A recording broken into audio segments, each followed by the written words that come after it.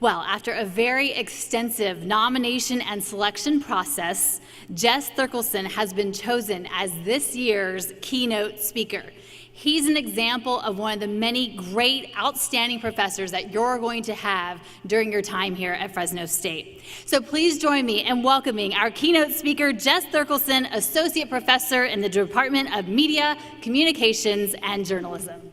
Welcome. Good afternoon. It's an exciting day, isn't it? Can you feel it? I mean, we have dancing, we have singing, we fit an entire marching band in here. There's a 20-foot inflatable bulldog outside. This morning, the moon aligned with the sun. That doesn't happen often. Did you see that? The last time the U.S. saw a total solar eclipse was in 1979, 38 years ago. Isn't that an amazing start? This is an amazing day. It's the first day of this adventure that you're on.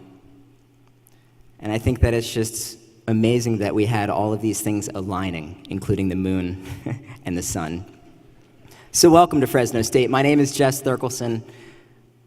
I'm a documentary filmmaker, photographer, and I teach in the Media Communication and Journalism department. I teach documentary storytelling.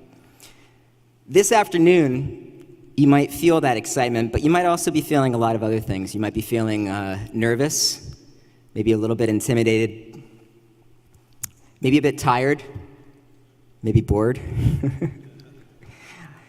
But maybe that excitement is just overwhelming right now. Convocation, which is what we're doing right now, convocation basically in an academic setting means a gathering. We're gathering together.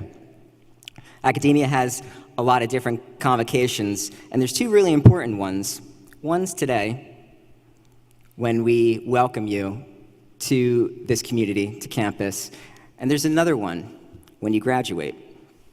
In a few short years, and believe me, they will be short, we'll have a convocation to celebrate your graduation. I want you to picture yourself at that graduation. What will you be like? What dreams will have developed in the time that you're here? What ideas, what talents will be sparked during your time in classes, outside of classes, meeting new friends, making new discoveries? Attending college is one of the most unique experiences and chapters of your life, but it's also stressful and difficult. There's pressure to start, whether that be to start a career, or to start being an adult, or to start making money, or to start understanding what you're passionate about. Those pressures are real. But whether they come from our families, or they come from ourselves, or our societies, or our friends, they can severely limit all of our experiences. So I'd like to offer this wish for you on this very auspicious day. I wish you the courage to be curious and to not be afraid to let curiosity drive your ambitions. Curiosity is the strong desire to basically want to know more about something, about someone. And at this moment, I want you to think about what makes you curious. As a documentary filmmaker and storyteller, it's my job to be curious, to ask questions, to stay open-minded. I cannot tell the story of others unless I'm curious about them, and I can empathize with the place that they come from. You are all aware of the pain our country is going through, and how hard it is to feel empathy and to remain open-minded. It takes courage to be curious, just like it took courage for you to enroll here at Fresno State. Each of you had different paths to get here, but they all led you here today. And each of you have different ideas of what you want to do during your time here and each of you have different ideas of what you want for your future, for you and for your community. Schools and universities should really be the crucibles of curiosity. But that isn't always the case. Not all schools, not all teachers cultivate curiosity, which is a tragedy. But keep this in mind. Learning stuff is hard. It takes effort to learn, to remember, and to use that knowledge to improve your lives. See, I'm going to suggest that there's two different types of curiosity. One kind of curiosity strives for this instant gratification, like scratching an itch, or clicking on a clickbait headline when you're supposed to be writing a paper, or wondering what's happening on Twitter right now, or how my Instagram feed looks. That's kind of a instant gratification curiosity. The second kind of curiosity is a different form. When we apply this sustained effort, when we apply this self-discipline and endurance, we can build this formation of knowledge. We can dig deeper into our own understanding of where we fit in.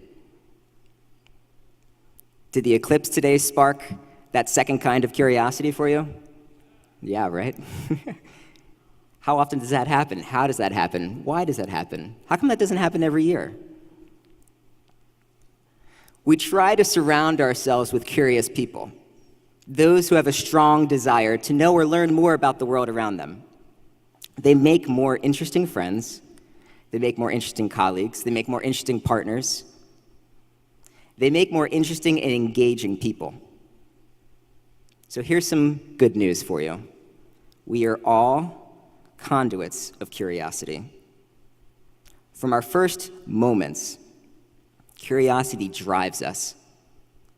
For those of you who have spent time with babies or with young toddlers, you understand this. You know that they are constantly asking questions. What is that? Who is that? Why does this work? Unfortunately, we can let this sense of curiosity fade. We learn as we grow up that children are curious, but adults are not. Adults know how things work.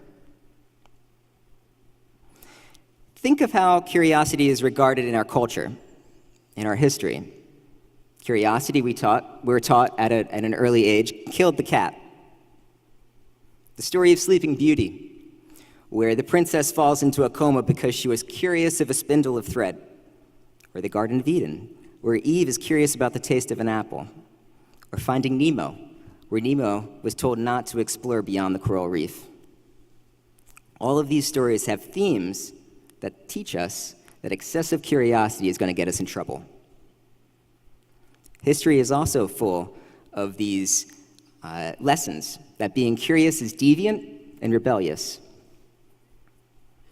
But research and common sense tell us otherwise. Stepping outside of your comfort zone, being curious, can lead you to a happier life. It can lead you to a larger circle of friends and a healthier existence. There really isn't one path to curiosity. It's your own responsibility. Ask good questions. Surround yourself with friends who are inquisitive. Learn to live with uncertainty. Talk to strangers. Always leave time in the day to play. Curiosity is kind of like a muscle. The more you use it, the better you get at it. But if you don't, you lose it. So during your time here at Fresno State and beyond, after your convocation of graduation, try to connect with that part of you that gets excited about something, where you want to know more.